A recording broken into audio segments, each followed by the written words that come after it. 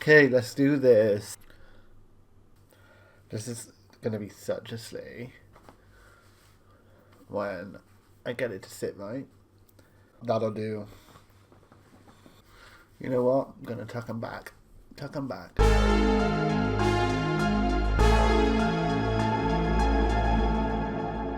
Hey guys, what's up, and welcome to October's House, the place where we talk all things TV, cinema, and horror. Today we're going to look at 10 horror releases in 2025 that I'm really excited about, and some reasons why you should be too. For some reason there is a lot of sequels this year, and kind of spin-offs, and I don't know why. I mean, we get a lot every year, but this year seems to be pretty jam-packed. So I tried to keep the list like a 50-50 split of kind of sequels and then original horror that's coming out too. So the list, as I said, is 10 horrors that's coming out this year, but we're going from earliest to the latest release date.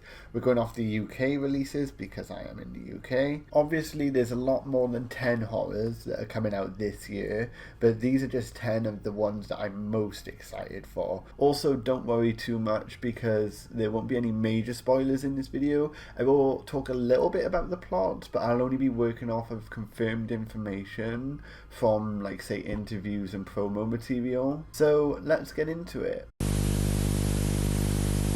Okay, out 7th of March we have Bloat, a Pablo Absento directed found footage horror following a family whose son nearly drowned in a river in Japan and is now possessed by some river demon. Now, do I think that this movie is going to be a masterpiece? Absolutely not, but one of the producers, Timur Bekmambetov, has worked on similar films like Missing and Unfriended, and while they're not going down in history for being the pinnacle of cinema, they are really fun and you can kind of just chuck them on and not take them too seriously, and I think that this movie is about to be the same.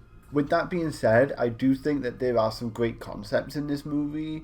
The idea of the military dad being kind of away from his family and being kept away from his family and watching it unfold through like a video call is a really interesting setup, and I do think the idea of diving into Japanese folklore is something that we don't see too often, and I'm excited to see that.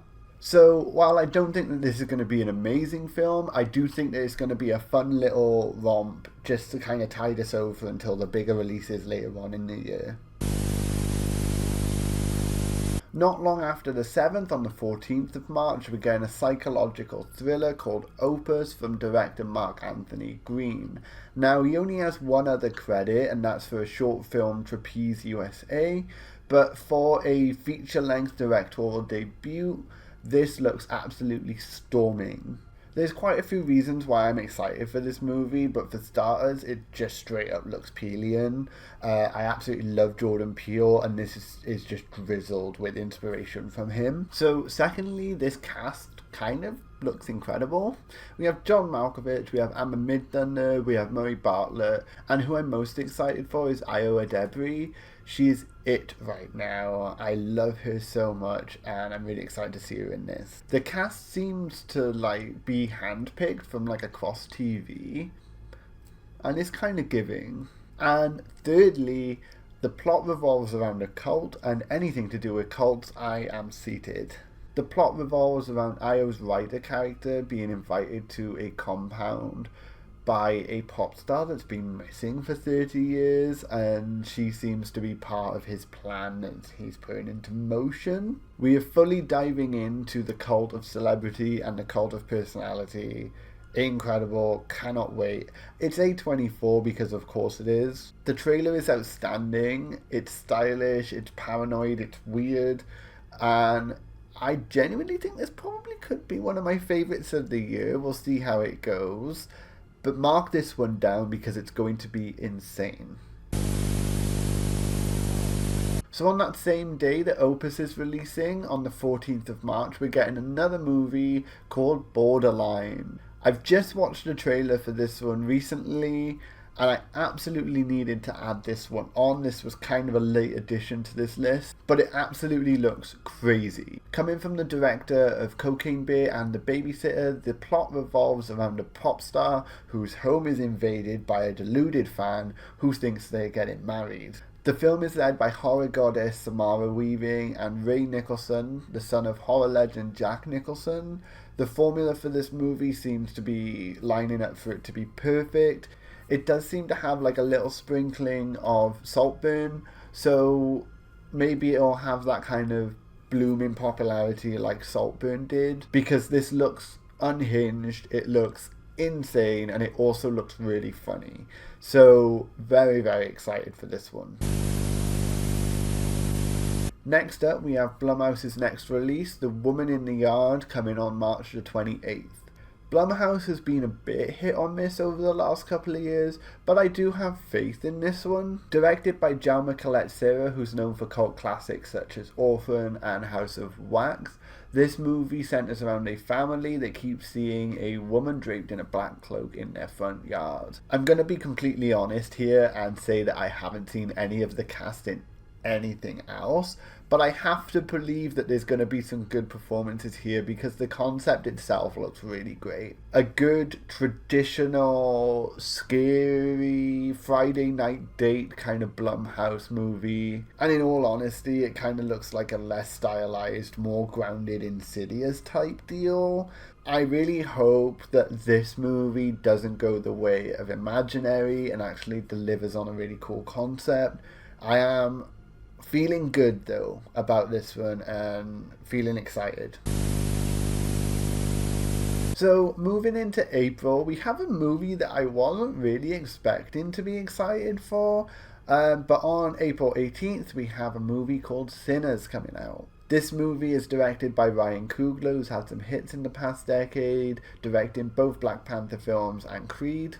And it features Michael B. Jordan playing both lead roles as twins called Smoke and Stack, who move back to their hometown to escape their troubled lives, only to find out that it's being inhabited by vampires. And while I wasn't really excited for this movie to start with, what absolutely sold me on this was the trailer. They set it up to be a period piece about black culture surrounding music and racism, with Jack O'Connell's character seemingly attacking a barn full of black partygoers, only to reveal around the minute-and-a-half mark that they're actually vampires, and they attack the party, chaos ensues. Going back over the trailer, once you've seen it once, there are actually some really subtle nods to vampires like all the way through, and while I don't think the reveal of vampires necessarily means that they're not going to touch on the themes that they set up in the first half of the trailer, it is a really cool 180 and it took me completely off guard. If this movie is as well thought out and as well put together as the trailer is, you've got me ready to watch.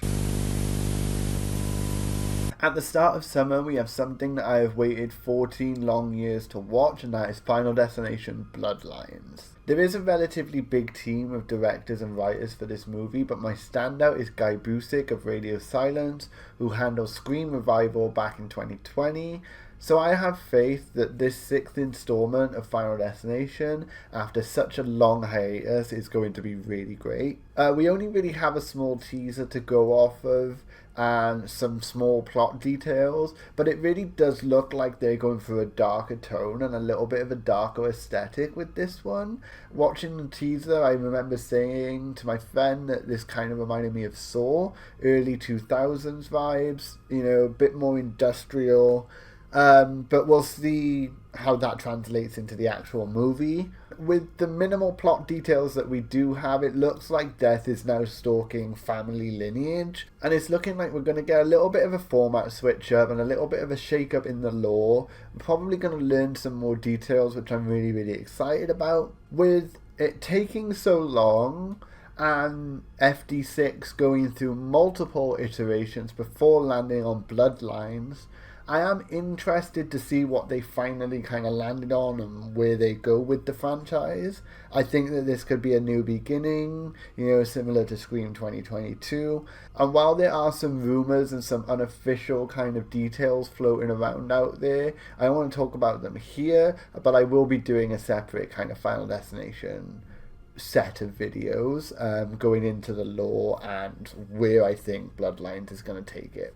I am so excited to see this one. Final Destination as a franchise was one of the first horrors that I really got into, along with Saw, and it's earned my respect, and it could be absolute shit and I would still be sat there. The fourth movie is widely regarded as terrible. I still think it's great. Like, it's the worst of the bunch, but it's still pretty fun. I don't think that there is a route that they can take that will absolutely ruin the franchise. And I will be surprised if that actually happens. Hitting June 20th, we have another sequel that we have waited a long time for, and that is 28 Years Later. Both 28 Days Later and 28 Weeks Later are staples of British horror, and while they aren't necessarily hitting any of the tops of my personal favourite list, I do think from an objective standpoint they are absolutely stunning films that changed the zombie genre for years. While it's not an unwelcome sequel, I am a bit confused on why it took them so long to make this. There was talks of 28 months later, pretty much after 28 Weeks Later came out. Apparently there was a lot of back and forth with the story and some rights issues, so maybe that's why it took them so long. But even then, 20 years on, they didn't have to wait out the time jump for it to work. Having said that, Danny Boyle is an icon, and I trust him fully with this one. With Aaron Taylor-Johnson and Ralph Fiennes leading this exploration into a world ravaged still by the Rage virus, I am interested to see where this world is at and what secrets we'll uncover. If you aren't ready to jump back into this world, then get ready, because we have a whole trilogy lined up with parts 1 and 2 being filmed back to back, and I do have a feeling that they might have just as big of an impact as the first two films. After the cultural storm that was Megan, there was no doubt that we were going to get a sequel. Scrap that, a franchise with a new queen of horror. So Megan 2.0 dropping on June 27th. It's not really a surprise at all, and I'm not even surprised that there's going to be a spin-off coming next year too. With the exact same team going forward from the first movie to the second, this one picks up 2 years later, where the military has stolen Megan's tech to create their own weapon called Amelia, causing Gemma to resurrect Megan for a battle of the girly pop killer robots. The teaser is cute as hell, with Megan dancing to Chapel Roan and the date card saying slaying June 27th. I really like this vibe, and it does look like they're taking the memification of Megan and leaning into the whole Yas Queen house down boots of it all. I have no issues with them going in this direction, but I hope that they do get the balance right, because it could come off a little bit cringy.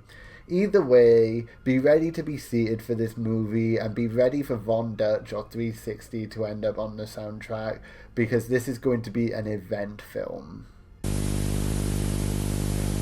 Speaking of event films, on September 5th we have the closing chapter of the Conjuring series, The Conjuring 4: The Last Rites. The Conjuring universe as a whole has had its share of ups and downs, but honestly I love these movies, and even the worst of the bunch are still really fun. With The Conjuring and The Conjuring 2 being some of my favourite movies, let alone my favourite horror movies, I'm always going to be really excited for a new entry. While Michael Chavez has directed some of the worst in this series, I'm really hoping that he can put a nice curtain call to Patrick Wilson and Vera Farmiga's Ed and Lorraine Warren. We know next to nothing about this movie aside from the name and the date, and the Warrens are back.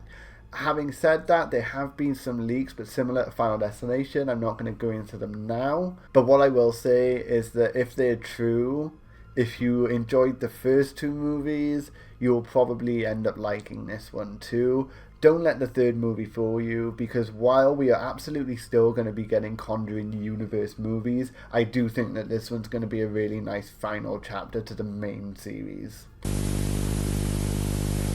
So the final film to talk about, coming on the 17th of October, is The Black Phone 2. As I said earlier in the video, Blumhouse has been a bit of a mixed bag over the last couple of years, but The Black Phone was definitely a hit for me. Absolutely loved it. Similar to Megan, we've got the same team from the first movie coming straight over into the sequel. We don't have any plot details, but what we do know is that Ethan Hawke and a good chunk of the first movie's cast are coming back. I am really hoping that they dive a little bit into the backstory of the grabber and the seemingly psychic powers that they set up in the first movie. I really loved the first one, but they did set up quite a lot that they didn't really explore, and while that worked for the first movie, it does give them a lot of opportunity for the sequel, and I'm really excited to see where they go with it and how they kind of dive into this world a little bit more. So there you go, there's 10 movies that are coming out in 2025 that I'm really excited for, and I think that you should get excited for too. Obviously there's a lot more horror movies coming out in 2025, so if you know any that you think that I should be more excited for, let me know in the comments. And before I end this video, I do want to address something, because some of you might be thinking, but Zach, there's a movie that's coming out at the end of the year that you absolutely need to be excited for and can't be left off of any list. Why aren't you excited for Saw 11? And my good friends, I am so excited for whatever Saw serves us up next, but coming 2025, it is absolutely not. There's so much stuff going on with Saw 11 that I could make a whole other video, and I probably will end up talking about it in a video at some point, but yeah, it's just not making that 2025 release date. It's no way. Absolutely not. If it ends up happening and somehow they filmed it in secret, I'll put my hands up and say that I'm wrong, but there is no way, absolutely no way, that we're getting Saw 11 this year. So that's it. That's the video. If you liked it, give it a thumbs up. Give me a sub. That'll be fun. And see you in the next one. Bye. Loving the hat, by the way. Oh, thanks. My friend got me this from Las Vegas. He was like, this is the trashiest hat I've ever seen. I need to get it for you.